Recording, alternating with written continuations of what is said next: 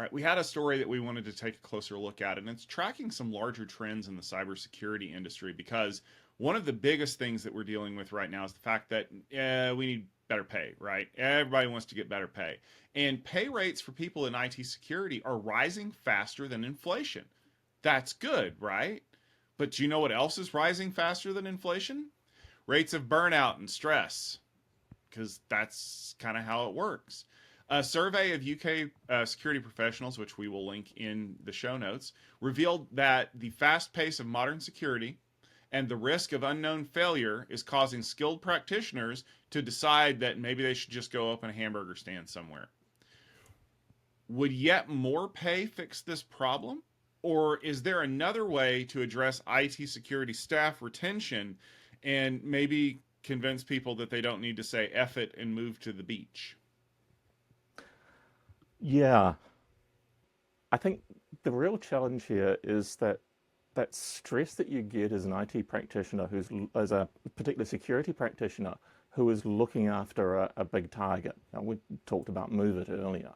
Imagine you were the head of security or just a security operations drone there, and day after day, you have to be right every single time as a security professional. The attacker only has to be right once to get around you.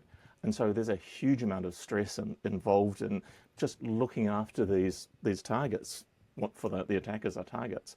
And more money doesn't make that stress go away. It doesn't make you sleep better at night when you're concerned about these kinds of attacks that are going on and whether you might actually wake up in the morning or get paged in the middle of the night for an intrusion, and that the company may lose large amounts of money and potentially you could lose your job along the way as well, despite having done everything to your best ability. So I think we've got some real challenges around there, around retaining skilled and experienced IT security practitioners, keeping them in those roles, but keeping them from getting burnt out by that constant pressure. There has to be a systematic approach to it where we're not relying on the human's skill, experience, and knowledge every minute. That we need to be moving towards places where we're aggregating knowledge and we're having systems that are responsive and, dare I say it, using AI kind of tools to recognize behaviors that are abnormal rather than having to have a human say, you know, that blip there looks wrong or this log message looks wrong.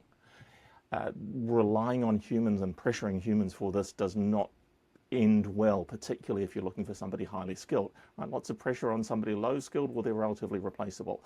But lots of pressure on somebody high skilled, they're very hard to replace. And this is the sort of thing that we've seen for a long time. And I had one of the first people that recruited me, then 6 months later retired to go and grow flowers in a greenhouse. And yeah, he had an awesome amount of skill, and customers would say, we'll pay travel time from his greenhouse to get him back again. But he didn't want to come back because he had been burnt out by all the pressure for so long. And this is really what's going on in there.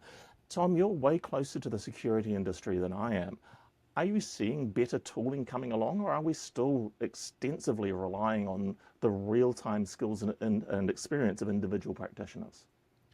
One of the problems is that what we're seeing is that attacks are still taking place and they're being done by people. And people are very creative when it comes to how to get into a system. And the tools can only keep up with things as they notice them. I took a security briefing yesterday from a company that was talking about doing constant analysis of the threat environment and looking for ways that people could potentially get in.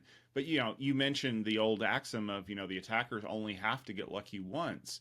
The problem is that we have to be on call waiting for that time to occur. And we're not living in a world anymore where somebody accidentally gains access to the Pentagon. Oh no, he's going to get tackled by the MPs and the Marines. If I can slip in undetected, I can cart off massive amounts of data that I'm storing in places. I can plant, remote access systems to be able to get back in to pull that stuff out. I can insert code into the production line to basically have unfettered access whenever I want. And if this is starting to make your skin crawl, realize, and I kid you not, if I wanted to put a story about a data breach in the rundown every week, I'd have more than enough to pick from, and I'd burn everybody out. Oh, look, another data breach. Oh, look, somebody else's credentials got stolen.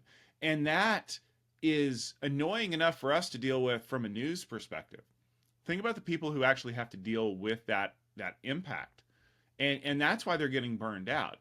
One reason why is because it's still considered to be way too general. Like think about this: if a surgeon had to do surgery on every part of the body, if there were no specialized brain surgeons and heart surgeons and all of those things, they'd get burned out really fast too. But instead, you can get people who, like brain surgeons, they focus on one specific area of the body, and brain surgeons don't do brain surgery their entire life. They actually they're more or less required to retire after about age 35 because their motor skills get too bad. They can't work in that environment. So they go back to being a regular surgeon that works on other things, or maybe even they just decide they're going to retire and be like a regular doctor. And we don't really have that career path in IT because, as you mentioned, the more knowledge we accumulate, the more skills that we have, the more likely it is that we're going to be responsible for fixing everything or for training our replacements. And that creates just as much burnout as anything else. And I know that there are a lot of organizations out there that will throw money at a problem and say, oh, well, it's just your job to be stressed out, so you don't have anything to worry about. Well, let me ask you this question, people out there who are throwing money at the problem. If you pay your security analyst as well as you pay your CEO